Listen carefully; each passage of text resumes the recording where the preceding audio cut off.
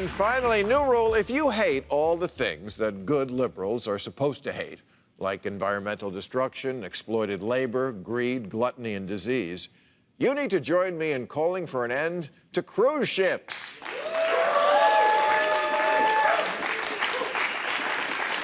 And instead of the 30-day pause that President Trump announced today and a pledge to keep this great and important industry going, let's take this opportunity to push the entire disgusting business out to sea and give it the Viking funeral it so richly deserves.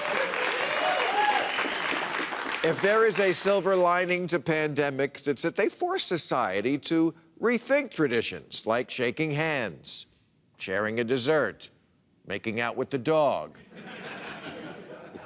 and yes, even passing a joint. Well, to that list, we should add cruise ships. Cruise ships are what happens when someone asks, what if my hotel could sink? Let's not forget, cruise ships were terrible before Corona. Calling a cruise ship a floating Petri dish was kind of funny the first 300 times some gross disease swept through the cabins, but it's not that funny anymore because Petri dishes are small and controllable and stay locked in a lab where they can't hurt anybody. Cruise ships, on the other hand, are large and quite difficult to control, which is why they keep crashing into things like docks and rocks and each other. And that lack of control extends to the interior of the ship as well. If you're a virus looking for a host, a cruise ship is like spring break, Mardi Gras, and Las Vegas all rolled into one. You're gonna get laid. But unlike Vegas, what happens on a cruise ship does not stay on a cruise ship. When the coronavirus started infecting cruise ships, all the other viruses were like, who's the new guy?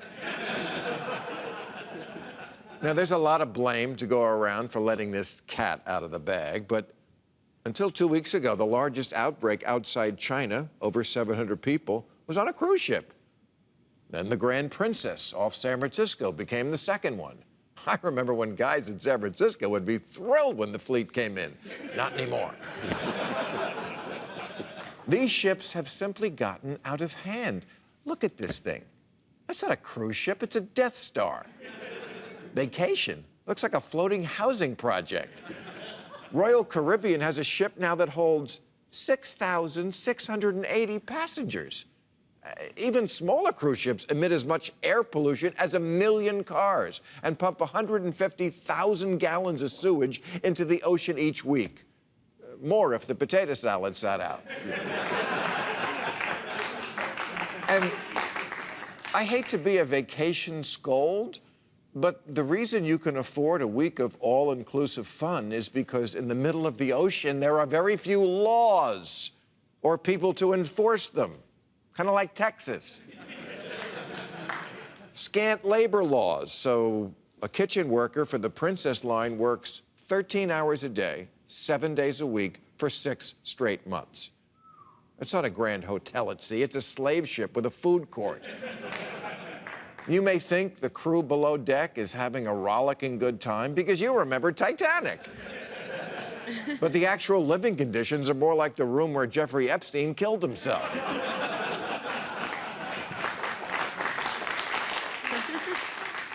Oh, and you know what's happened 322 times so far this century on a cruise ship?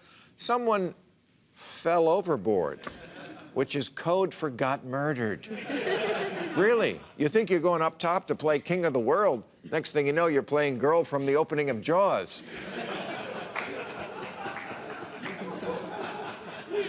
Finally, if you've ever been on a cruise, think about your day on board. Did you really do anything you couldn't do on land? They have movie theaters and laser tag and skating rinks and Starbucks. Congratulations, you set out for the West Indies and you made it to West Covina.